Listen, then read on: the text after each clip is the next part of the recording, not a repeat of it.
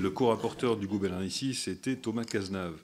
Patrick Hetzel pour le groupe Droite Républicaine. Merci beaucoup, Monsieur le Président. Tout d'abord, je voudrais évidemment aussi remercier Monsieur le rapporteur pour le travail réalisé. Alors pour mon groupe, je vais focaliser les remarques sur le programme Police nationale et le programme Gendarmerie nationale, et puis ensuite vous faire part de nos points de vigilance. Concernant le programme Police nationale, nous avons 4 points auxquels nous sommes particulièrement attachés. Nous considérons qu'il convient de recentraliser l'action de la police autour de ses missions régaliennes, sécurité, ordre public et lutte contre les trafics. Par ailleurs, il faut aussi évaluer l'efficacité des créations de postes, parce que, en fait, 1500 postes supplémentaires doivent se traduire en effectifs réellement déployés sur la voie publique. Troisième objectif, pensons qu'il faut accélérer la modernisation des équipements et du numérique tout en supprimant un certain nombre de redondances administratives qui existent actuellement au sein de la police nationale. Et puis enfin, il faut vraiment revenir à une culture du résultat et de la proximité. Concernant le programme Gendarmerie nationale, permettez-moi là aussi, au nom de mon groupe, d'insister sur 4 aspects.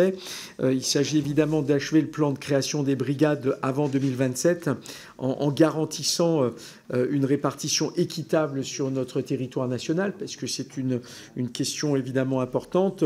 Deuxième objectif, c'est aussi faire en sorte qu'il puisse y avoir un plan pluriannuel de rénovation immobilière, prioritairement pour les casernes en milieu rural, et je puis en témoigner pour serait-ce que ma circonscription, où cette question se pose avec une acuité de plus en plus forte.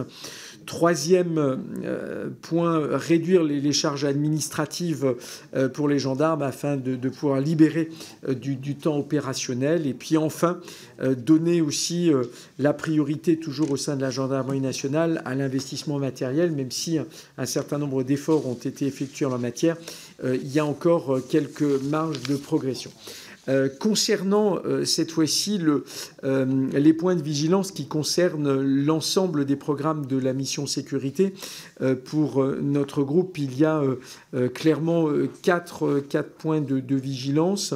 Le premier, comment faire pour refonder l'État régalien autour justement de la sécurité, de la justice et de la cohésion nationale, et ça nécessite aussi une bonne articulation avec le ministère de la Justice.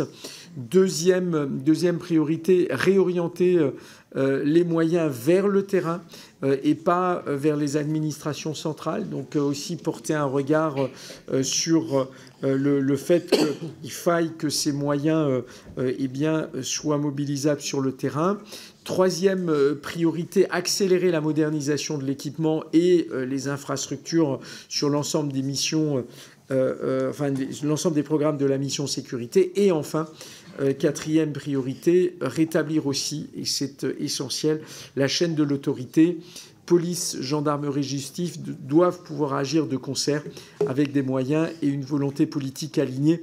Donc nous comptons sur vous, monsieur le rapporteur, pour que ces points de vigilance puissent être relayés au cours des débats parlementaires à mener. Mais en vous écoutant, j'ai noté que c'était des points auxquels vous étiez particulièrement sensibles. Soyez-en donc remerciés.